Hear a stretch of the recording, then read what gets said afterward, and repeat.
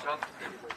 Ձելի արենակիցներ արդեն սա երևի արդեն չեմ էլ հիշում որևէ անգամն է, որ մենք հավաքվում ենք Հայաստանի Հանրապետությունում ՄԱԿ-ի ուսական ներկայացուցչության դիմաց մեր ձայնը բարձրացնելու, մեր արդար պահանջը տեղ հասցնելու նպատակով եւ իրապես ցավալի է, որ 21-րդ դարում ողբերգական է ավելի ճիշտ, որ 21-րդ դարում աշխարհում խաղաղության եւ անվտանգության համար ստեղծված կառույցը ուղղակի չի կարողանում կամ չի անում այն քայլերը, որոնք անհրաժեշտ են իր իսկ կանոնադրական նպատակների, իր իսկ կանոնադրական սկզբունքների, հիմնարար սկզբունքների պաշտպանության համար։ Սա համատարած է աշխարհում եւ կարծում եմ, որ կհամաձայնեք ինձ հետ, բայց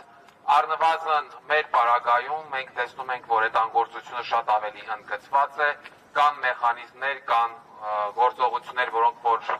պետք է ձեռնարկվեն ապահովելու համար առնվազն ուրեմն Բաքվում ագորինաբար պահվող մեր պատանդների առողջական իրավիճակը, պահման պայմանները եւ իհարկե դերձ դնելու է դատական ֆարսին եւ անձանց հայրենադարձնելու իրենց հայրենիք։ Խոսքը սկսվեց նրանից, որ Արցախի ժողովուրդը պայքարել էր ինքնորոշման համար։ Գիտեք, նույն միջազգային իրավունքը շատ հստակ ամրագրում է, որ ինքնորոշման համար պայքարի ելած ապստամբած ժողովուրդները ունեն այդ իրավունքը եւ որևէ ձևով դրանում որևէ հանցագործություն չկա։ Եվ այսօր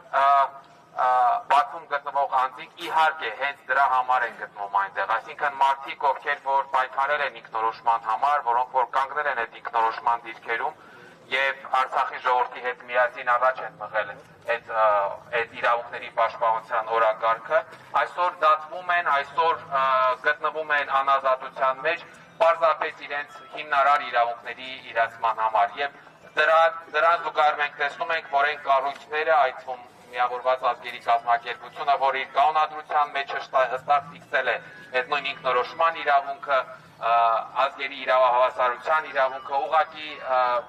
որևէ գործողություն չի ձեռնարկում այդ հանցագործությունները, ադրբեջանական հանցագործությունները կանխելու համար։ Մենք խոսել ենք, որ ՄԱԿ-ի մարդու իրավունքների բարձր հանձնակատարը անդրադարձել է այս հարցին։ Այսինքն սա մեզ ինչ է տալիս, սա մեզ տալիս է ուղերձ, որ տեղյակ է, այսինքն ասել, որ տեղյակ չէինք, թե ինչ է կատարվում կամ չէինք հետևում, արդեն իսկ չենք կարող։ Ֆիքսվել է, որ տեղյակ ենք եւ արդեն պետք է կատարել գործողություններ, որոնք որ կնպաստեն այդ իրավիճակի կարգավորմանը։ Իսկ այդ գործողությունները բազմաթիվ են ՄԱԿ-ի շրջանակներում, պատվիրակությունների ուղարկում, մշտադիտարկման իրականացում, պրոցեսի նկատմամբ վերահսկողության սահմանում, ընդ որում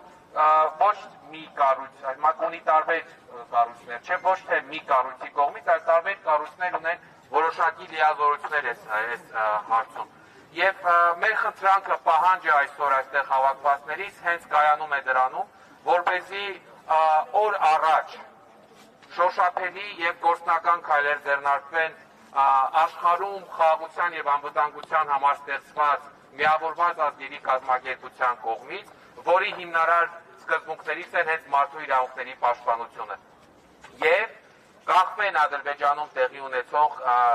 հանցագործությունները։ Եվ ի վերջո գիտեք, ես կարծում եմ, որ ՄԱԿ-ն էլ պետք է հասկանա, որ այն ինչ կատարվում է Ադրբեջանում նաեւ առաջին հերթին խարան է հենց իր համար որպես միջազգային կազմակերպություն։ Եվ արդյոք ճիշտ է ցույց տալ, որ իր անդամ պետությունը այս ձևով ուղղակի ցինիկաբար ոտնահարում է ամենատարական սկզբունքները միջազգային իրավունքի եւ մնում է անպատիժ կամ որևէ առանց որևէ հետևանքի։ Ըստ այդմ ես կարծում եմ, որ եւս մեկ անգամ մեր պահանջը ուղղված նրանց հենց սրանում է կայանում։ Սա երկարատև process է, ես վստահ եմ, որ հատկապես միջազգային իրավունքը արագ չի աշխատում եւ պահանջում է հետեւողականություն։ Հետեւաբար իմ որպես ամփոփում դա կուզենայի նշել, որ ինչպես իմ խոսքի սկզբում նշեցի, քանի երրորդ անգամ ենք հանդիպում, ես կարծում եմ, որ դեռ մի քանի անգամ էլ այս նույն տեղում նույն պահանջներով հանդիպելու ենք, միջև որ որոշակի հաջողությունների կամ շոշափելի արդյունքի հասնենք։ Այսքանն էի ուզում ասել ձեզ, շնորհակալություն, որ ամեն անգամ ներկայանում եք։